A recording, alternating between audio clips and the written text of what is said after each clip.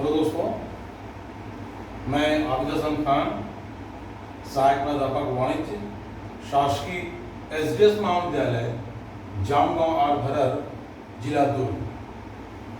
आज हम पढ़ेंगे फाइनेंशियल मैनेजमेंट, वित्तीय प्रबंध एमकॉम 4th सेमेस्टर के अंतर्गत चैप्टर पूंजी ढांचा या संरचना, कैपिटल स्ट्रक्चर। इस चैप्टर को शुरुआत करने से पहले अपन थोड़ा चर्चा कर लें कि पूंजीकरण, कैपिटलाइजेशन एक्चुअली होता क्या है। कोई भी इंडस्ट्रियलिस्ट या कोई भी बिजनेसमैन अपने व्यापार में जो पैसा लगाना चाहता है, जो इन्वेस्ट करना चाहता है, या बोल लीजिए उस बिजनेस के स्वरूप के हिसाब से, उस बिजनेस की जो पैसे की रिक्वायरमेंट रहती है, जितना पैसे की जरूरत रहती है इन्वेस्ट करने की इनिशियल स्टेज पे, उसको अपन क्या बोलते हैं? पूंजीकरण बोलते हैं। अर्थात एक उद्योगपति के द्वारा अपने बिजनेस को एस्टैब्लिशमेंट करने में ओवरऑल करीब नियर अबाउट जो उसको पैसे को इन्वेस्ट करना पड़ेगा, स्रोत कोई भी हो, अपन उस स्रोत के बारे में आगे पढ़ेंगे, लेकिन जो पैसा लगाएगा शुरुआत में बिजनेस को स्टार्ट करने के लिए, उसको अपन क्या बोलते हैं? पूंजीकरण बोलते हैं।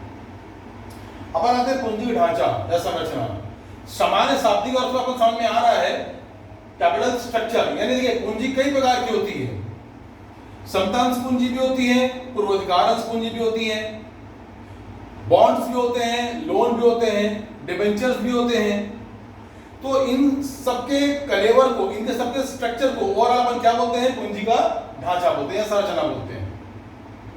तो समान रूप से अगर अपन इसकी परिभाषा करें कि पूंजी ढांचा क्या होता है, क्या बोल सकते हैं अपन? पूंजी ढांचा शब्द का प्रयोग एक व्यवसायिक उपक्रम में, पूंजी ढांचा शब्द का प्रयोग एक व्यवसायिक उपक्रम में विनियोजित कोषों के दीर्घकालीन स्रोतों को इंगित करने के लिए किया जाता है। अपन जितनी भी बात करें कैपिटल की, अभी चाहे वो समतांश पूंजी हो, समतांश पूंजी का आप और हम जानते हैं कि he is the real owner of the company, वो कंपनी के वास्तविक स्वामी होते हैं, ठीक है। उसके पश्चात पूर्वाधिकारंश पूंजी, पूर्वाधिकारंश पूंजी को भी संपत्ति पे अपना अधिकार जरूर होता है, लेकिन जब इनकम कमाती कंपनी तो उनको उनके द्वारा लगाए गए पैसे पर जो निर्धारित दर रहेगा उस दर से लाभांश मिलेगा, उनका रिस्क कम होता है। रिस्क पूरा किसका होता है? समतांश पूंजी का होता है। किसका होता है? समतांश पूंजी। इसीलिए उसको अपन क्या बोलते हैं? वास्तविक स्वामी बोलते हैं, किसके? कंपनी के। तो समतांश हो गया, दीर्घकालीन ऋण हो गया, पूर्वाधिकार अंश हो गया, संचय और आदि जो कि ऑलरेडी समतांश का भाग होता है। इन सभी के सामूहिक सम्मिलित रूप को अपन क्या बोलते हैं? पूंजी का ढांचा, जिसमें समतांश भी आता है, पूर्वाधिकार अंश भी आता है, ऋण पत्र भी आता है, ऋण भी आता है, बॉन्ड भी आता है, लॉन्ग टर्म लोन भी आता है। संपूर्ण सभी को शामिल करते हुए इनके कलेवर, इनके स्ट्रक्चर को मिलाकर अपन क्या बोलते हैं? पूंजी का ढांचा बोलते हैं। पूंजी संरचना को प्रभावित करने वाले तत्व क्या क्या है? देखिए, मतलब किस बेस पे आप तय करेंगे कि किसी कंपनी में कितने पैसे की जरूरत पड़ेगी, कैसे पता लगेगा कि, और उसमें भी कौन से पैसे की जरूरत पड़ेगी, कितना आप समतांश से लेंगे, कितना पूर्वाधिकार से लेंगे, कितना अपन ऋण से लेंगे, कितना हम ऋण पत्र से लेंगे। अदर कंडीशन में सब अलग अलग कंडीशन होती है इसकी, लेकिन ओवरऑल जो बोलते हैं कि पूंजी संरचना को प्रभावित करने वाले तत्व क्या है? दो होते हैं, एक होता है आंतरिक तत्व होता है और एक क्या होता है? बाहरी तत्व होता है। पूंजी संरचना को प्रभावित करने वाले एलिमेंट्स है, element which was effective to the capital structure of a lever is called as two types of, first internal and second is called the external structure, external elements। आंतरिक की बात करेंगे पहले तो व्यवसाय की प्रकृति। आप सबसे पहले ये देखिए कि आप जो बिजनेस को स्टार्ट करना चाह रहे हैं उसका नेचर कैसा है। अगर उसका नेचर को निर्माण मतलब बड़ी इंडस्ट्री के रूप में लगाएंगे आप, तो आपको मालूम है उसके लिए आपको फैक्ट्री लगाना पड़ेगा, फिक्स एसेट्स बहुत लेने पड़ेंगे। तो ऐसे कंडीशन में आपको किसी जरूरत पड़ेगी? स्थायी संपत्ति की ज्यादा जरूरत पड़ेगी, कार्यशील पूंजी की जरूरत कम पड़ेगी। अगर व्यापारी होगा तो स्थायी संपत्ति, यानी व्यापार मतलब क्या होता है? खरीदी बिक्री वस्तु करना, निर्माण से रिलेटेड नहीं है। इस कंडीशन में हमारे स्थायी संपत्ति की जरूरत कम पड़ेगी, स्थायी पूंजी की जरूरत कम पड़ेगी और कार्यशील पूंजी की जरूरत ज्यादा पड़ेगी। इससे होता है व्यापार का आकार, आप मतलब मध्यम स्तर का व्यापार चालू कर रहे हैं, स्मॉल स्केल चालू कर रहे हैं, बिग स्केल चालू कर रहे हैं, तो अलग अलग कंडीशन। देखिए, कोई भी आदमी जब बिजनेस स्टार्ट करता है तो पूरे पैसे को, चाहे वो मीडियम रेंज का हो, चाहे छोटे रेंज का हो, चाहे वो बड़े रेंज का हो, सामान्य कंडीशन की बात कर रहे हैं, पर मध्यम वर्ग की बात कर रहे हैं, तो पूरे पूंजी ढांचे को एक साथ इन्वेस्ट नहीं करता है। वो इनिशियल स्टेज में प्रारंभिक पैसा लगाता है, और बिजनेस को टटोलता है कि उसको बिजनेस से रिटर्न कितना मिल रहा है, बाजार में मांग कितनी है, व्यापार में जो पैसा लगाया उसको रिटर्न से क्या परसेंटेज आ रहा है, क्या बाहरी लोग का जो पूर्वाधिकारधारी और ऋणपत्रधारी को देने के बाद जो ब्याज देता है ऋणपत्रधारी को और पूर्वाधिकारधारी को लाभांश देते हैं, उसको देने के पश्चात उसका जो रिटर्न मिल रहा है समताधारियों पर वो उतना है कि नहीं जितना उसने कल्पना पहले की थी। अगर मान लीजिए अच्छा रिटर्न आ रहा है उसके लिए फायदा होगा, कम आ रहा है तो उसके लिए क्या हो जाएगा, नुकसान हो जाएगा। जोखिम कंट्रोल कितना है, सीधी सी बात है, अगर समताधारी की मात्रा पर बहुत कम रखेंगे, समताधारी को होते हैं, who is the equity share holder, equity share holder is the real owner of the any company. Extra फायदा हो कंपनी में, एक्स्ट्रा नुकसान हो, हर कंडीशन को फेस करने की जिम्मेदारी, फाइनल जिम्मेदारी किसकी होती है, समता अंशधारी की होती है। पूर्वाधिकार अंशधारी और ऋणपत्र, पूर्वाधिकार अंशधारी को उनके द्वारा लगाए गए पैसे पर सिर्फ क्या चाहिए, लाभांश। देखिए पूर्वाधिकार अंशधारी की 8-9 प्रकार होते हैं, संचयी असंचयी, शोधनीय अशोधनीय, भागयुग अभागयुग, विमोचनशील विमोचनशील, अपन उतना डिटेल में नहीं जाएंगे। सामान्य कंडीशन में अपन बात करें तो संचयी पूर्वाधिकार अंशधारी होते हैं, उनको उनके लगाए हुए पैसे पर हर साल क्या चाहिए, लाभांश चाहिए। और जो ऋणपत्रधारी हो या लोन ली हो जिससे अपन, उनको उनके लगाए हुए पैसे पर जो उन्होंने ऋण के रूप में या ऋणपत्र के रूप में कंपनी को दिया है, एक निर्धारित दर से ब्याज चाहिए। उनको ये मतलब नहीं है कि आप कंपनी कितना कमा रही है, हमको हमारे द्वारा लगाए गए पैसे पर हमको ब्याज और लाभांश चाहिए। तो कंट्रोल अगर मान लीजिए समताधारी कम हो जाएंगे तो कंट्रोल ज्यादा, ऋणपत्रधारी पूर्वाधिकारों का कंट्रोल उनका हो जाएगा। उसी प्रकार जोखिम की मात्रा कितनी है, जोखिम की मात्रा का भी एक ऐसा तत्व होता है जो आंतरिक तत्व के रूप में पूंजी संरचना को प्रभावित करता है। पूंजी की लागत, पूंजी की लागत एक पूरा चैप्टर है, इसके बारे में अपन अगले वीडियो में पढ़ेंगे। पूंजी की लागत होती क्या है, मैं शाब्दिक अर्थ में समझा दूं थोड़ा सा डेफिनेशन के रूप में। किसी भी पूंजी को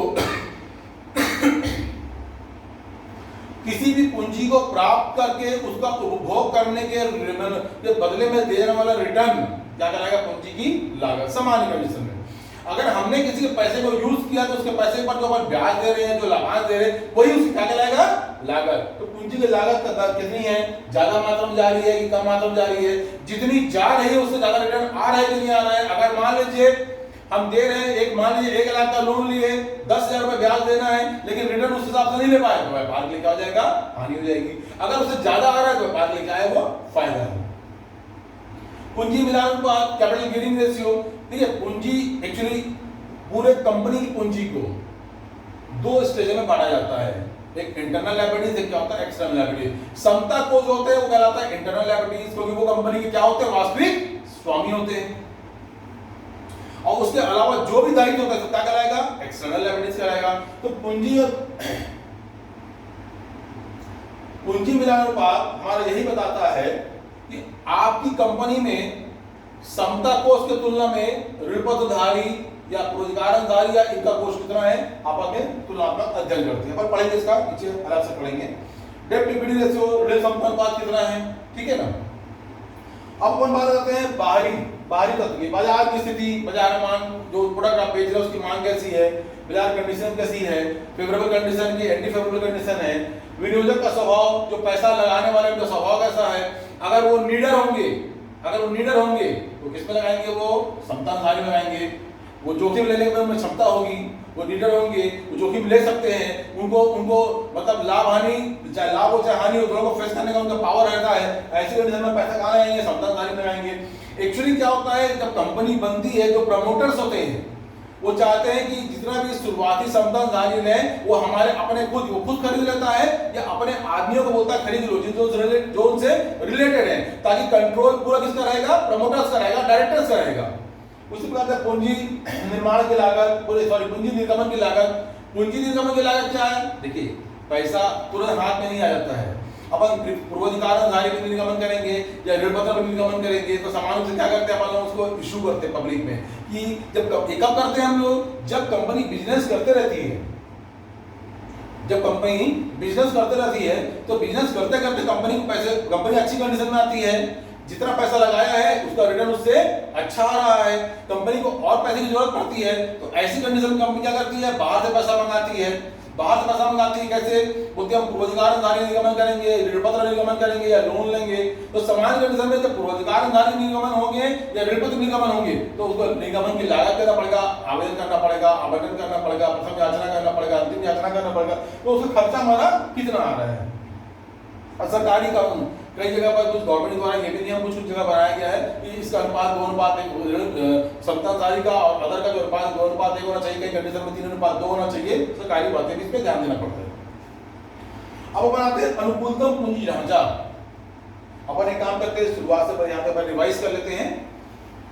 बताया पूंजीकरण क्या होता है, एक व्यापारी के द्वारा, एक इंडस्ट्रियलिस्ट के द्वारा एक इस चीज का अनुमान लगाना कि मेरे द्वारा जिस उद्योग को, जिस कंपनी को शुरुआत करना है उसमें ओवरऑल कितने पैसे की जरूरत पड़ेगी, उस हिसाब से उसका फिर कार्य रूप अंजाम देना क्या कहलाता है, पूंजीकरण। एक अनुमान लगाना है 5 करोड़ 10 करोड़ 20 करोड़ जो भी हो, कितने पैसे की जरूरत पड़ेगी, उसको क्या बोलते हैं अपन लोग, कैपिटलाइजेशन बोलते हैं। अब आते हैं वित्तीय प्रबंधन में पूंजी ढांचा। हमारा चैप्टर का नाम पूंजी ढांचा। अब पूंजी जो कितनी लगेगी ये तो पता लग गया, अब किस किस रूप में लगेगी इसका विश्लेषण करना क्या कहलाता है, पूंजी ढांचा या उसकी संरचना।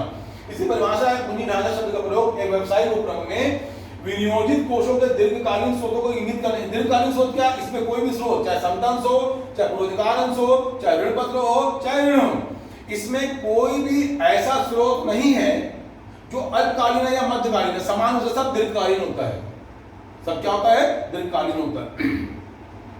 अपन देखिए किसी भी लाइबिलिटीज को 3 कैटेगरी बांटते हैं, लॉन्ग टर्म, मिडिल टर्म और शॉर्ट टर्म। एक साल के अंदर शॉर्ट टर्म कराएगा, कुछ राइटर लोग बोलते हैं एक के बाद 2 से 3 और 4 साल तक का मिडिल टर्म कराएगा और सुपर क्या कराएगा, 7 साल सुपर क्या कराएगा, लॉन्ग टर्म कराएगा। तो समान रूप से सभी संपत्ति, सभी दायित्व जो होते हैं, चाहे दीर्घकालीन ऋण हो, ऋणपत्र हो, बॉन्ड हो या पूर्वाधिकार अंश हो या समतांश हो, संचय अतिरिक्त हो, समतांश का ही क्या होता है, भाग होता है। ये सभी लॉन्ग टर्म होते ही हैं, इसके पर क्या बोलते हैं, दीर्घकालीन स्रोत बोलते हैं। पूंजी संरचना को प्रभावित करने वाले तत्व 2 होते हैं, एक होता है आंतरिक तत्व होता है, एक होता है बाहरी तत्व होता है। आंतरिक तत्व का व्यवसायिक प्रगति, निर्माण में लगा रहा है कि व्यापार में लगा रहा है, कई बार स्थायी स्रोत की जरूरत ज्यादा पड़ेगी, कार्यशील स्रोत की जरूरत ज्यादा पड़ेगी।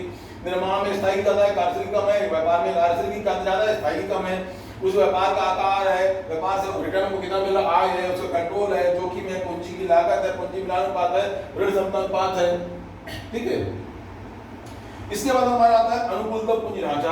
अनुकूलतम पूंजी ढांचा में अच्छा ये एक्सटर्नल भी है, बाजार की स्थिति क्या है, विनियोजकों का स्वभाव कैसा है, पूंजी निर्गमन की लागत क्या, जोखिम विनियोजकों का स्वभाव मतलब अगर जोखिम लेने लायक है तो समतांधारी लगाएंगे, अगर जोखिम नहीं लेना चाहते तो पूर्वाधिकारधारी या किस लगाएंगे, ऋणपत्र लगाएंगे। हमको एक्स्ट्रा नहीं चाहिए, हम इतना पैसा लगाए हैं, सामने इतना रेट दिया, पूर्वाधिकारधारी का हमको लाभांश चाहिए, ऋणपत्रधारी के सामने रेट दिया, हमको क्या चाहिए, ब्याज चाहिए।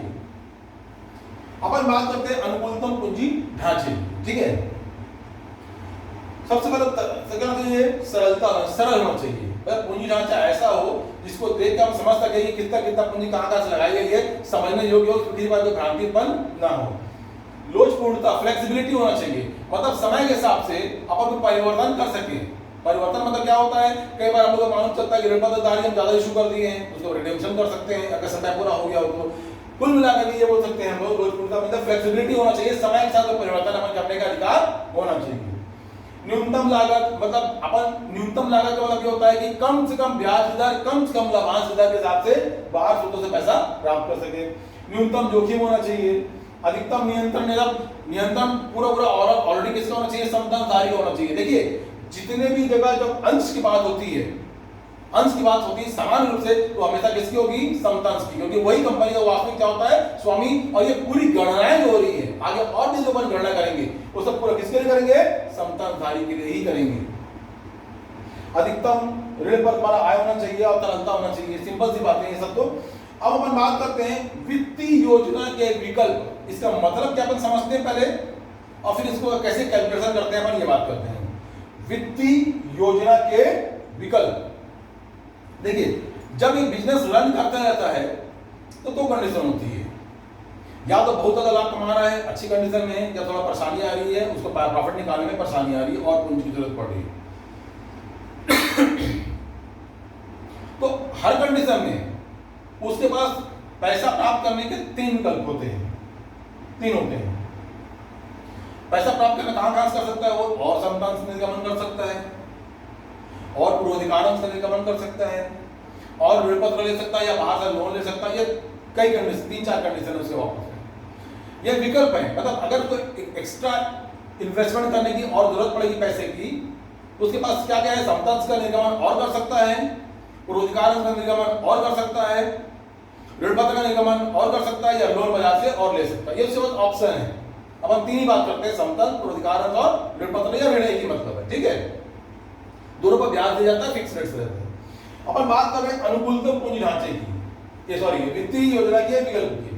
तो इसको गणना करने का 3 तरीका होता है। पहला होता है ईपीएस, पहला अर्निंग पर शेयर, अभी हम डिटेल करेंगे इसके बारे में। इसके बाद में नेक्स्ट होता है संभावित परिचालन लाभ, अर्थात क्या होता है मार्केट वैल्यू, संभावित बाजार मूल्य प्रति अंश का। देखिए तीनों का मतलब सेम है, तरीका तीनों का अलग है। तीनों लेकिन गणना किसके लिए हो रहा है, समता अंशधारी के लिए। किसके लिए हो रहा है, समता अंशधारी के लिए।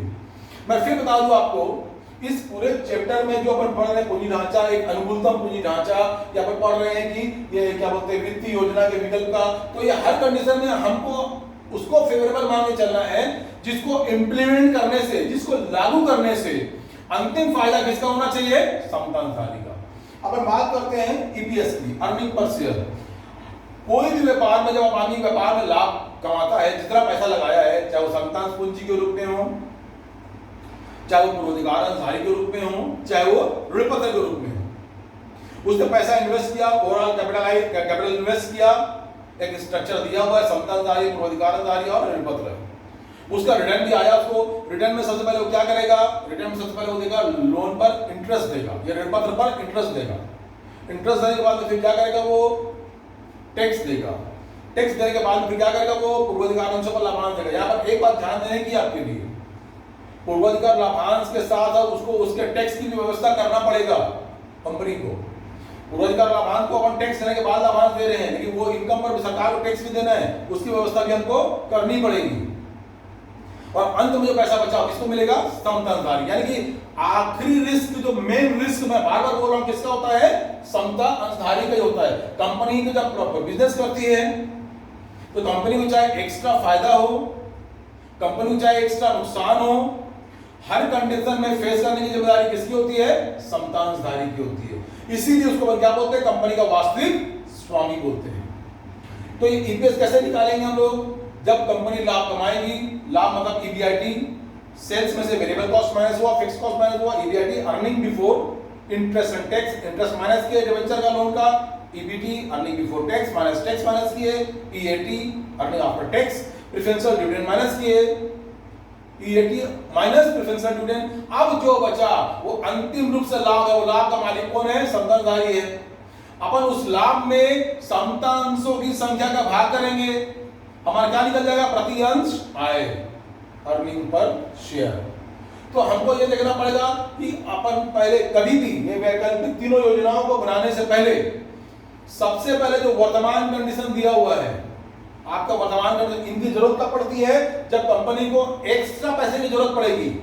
कंपनी को जब एक्स्ट्रा पैसे की जरूरत पड़ेगी तो कंपनी पैसा कहां से ले, उसके लिए हम इन तीनों के बेस पे गणना करते हैं। सामान्य रूप से मेन इसमें ईपीएस ही है, मेन इसमें क्या है, ईपीएस, अपन इसी के बेस पे समझते हैं, ठीक है। तो अपन क्या करेंगे, अभी वर्तमान कंडीशन में कंपनी कितना इन्वेस्ट करी है और कितना लाभ समता अंशों में कमाई, निकाल लेंगे। अब first we calculate the present EPS of the company on the basis of question. Information is already available in your question. It is the present situation. First we calculate the EPS of the present situation. Then after this one, there are 3 alternatives for us. हमको extra पैसे की जरूरत पड़ेगी तो हम equity से लेंगे, कि प्रेफरेंशियल से लेंगे, कि डिबेंचर से लेंगे। हम तीनों अल्टरनेटिव्स एक एक करके बनाएंगे। कभी मानेंगे क्वेश्चन में अगर दिया है, तीनों दिया तो तीनों, दो दिया तो दो, अगर एक ही दिया तो फिर एक ही को लेंगे, ठीक है। Calculation of estimated profit, estimated EPS. If you accept the proposal number 1, proposal number 2, proposal number 3, अगर बोलता है 5 लाख की एक्स्ट्रा जरूरत है, समता अंशधारी से लेंगे। फिर बोलता है डिपॉजिट से लो, तो डिपॉजिट से लेंगे। फिर बोलता है लोन से लो, लोन से लेंगे। फिर बोलता है पूर्वाधिकार अंशधारी से लो, पूर्वाधिकार अंशधारी से लेंगे। मैं इसको फिर से रिवाइज कर रहा हूँ। हम लोग ये जो वित्तीय योजना के विकल्प पर गणना कर रहे हैं, किसके बेस पे कर रहे हैं, संभावित ईपीएस, है कि अर्निंग पर शेयर के बेस पे कर रहे हैं। पहले जो कंडीशन दी हुई है उसके आधार पर प्रति अंश आय निकाल देंगे, ठीक है। अब कंपनी देखेंगे क्या बोली, कंपनी को कितने पैसे की जरूरत है, 2 लाख 4 लाख 5 लाख जो बोली, ठीक है। हमको वो ऑप्शन भी देगा कि जो एक्स्ट्रा पैसे की जरूरत है वो या संतान से भी ले सकते हो, ऋण से भी ले सकते हो, पूर्वाधिकारी से भी ले सकते हो, जितना बोलेगा उसके बेस पे करना करेंगे।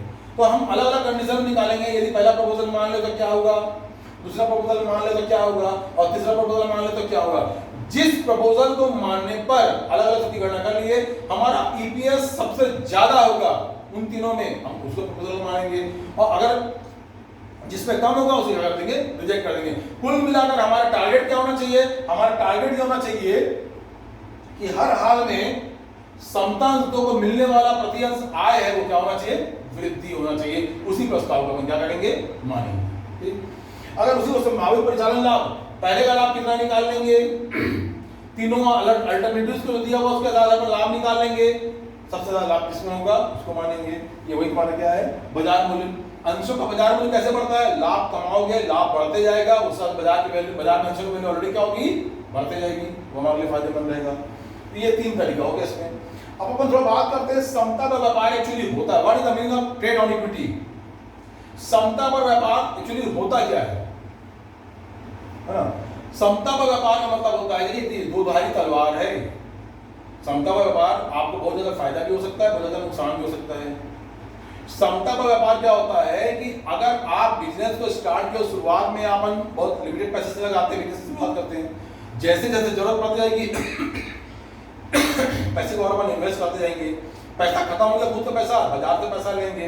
तो कुल मिलाकर समता पर व्यापार का मतलब हुआ क्या, समता अनुसारी के व्यापार का मतलब हुआ जब कोई कंपनी अपने इक्विटी शेयर के साथ साथ पैसे की जरूरत पड़े पैसा बाहर से भी सोर्स लेके, बाहर के सोर्स से भी प्राप्त करती है, ऋणपत्र के रूप में, ऋण के रूप में, पूर्वाधिकार के अंश में, पूर्वाधिकार अनुसारी के रूप में। तो ऐसी कंडीशन को जब कंपनी समता अंशों के साथ साथ पूर्वाधिकार अनुसारी, ऋण पत्र और ऋण के साथ मिलाकर के बिजनेस करती है, उसको हम क्या बोलते हैं, ट्रेड ऑन इक्विटी, समता पर व्यापार। ये 2 प्रकार का होता है, एक बार क्या होता है उच्च समता, एक बार क्या होता है निम्न समता। जब समता अंशधारी की मात्रा ऋण पत्र, ऋण और पूर्वाधिकार अंशधारी से ज्यादा होती है तो उच्च समता, और कम होगी तो क्या कहलाएगा, निम्न समता।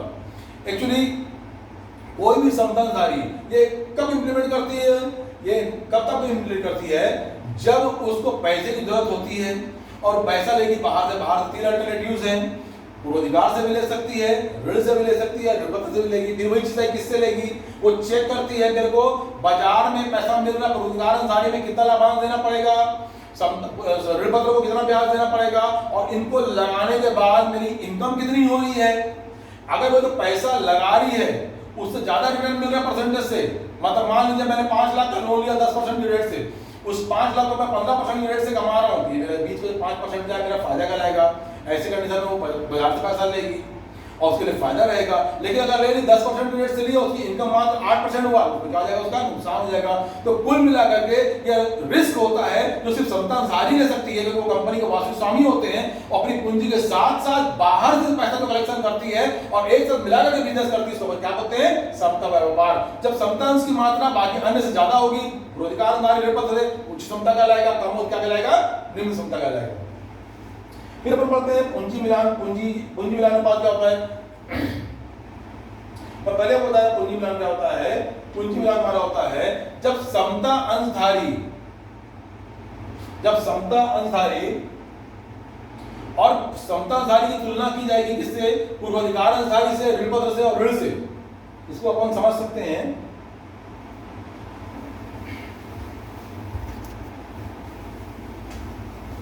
ये पूंजी मिलान है, ये पूंजी मिलान है।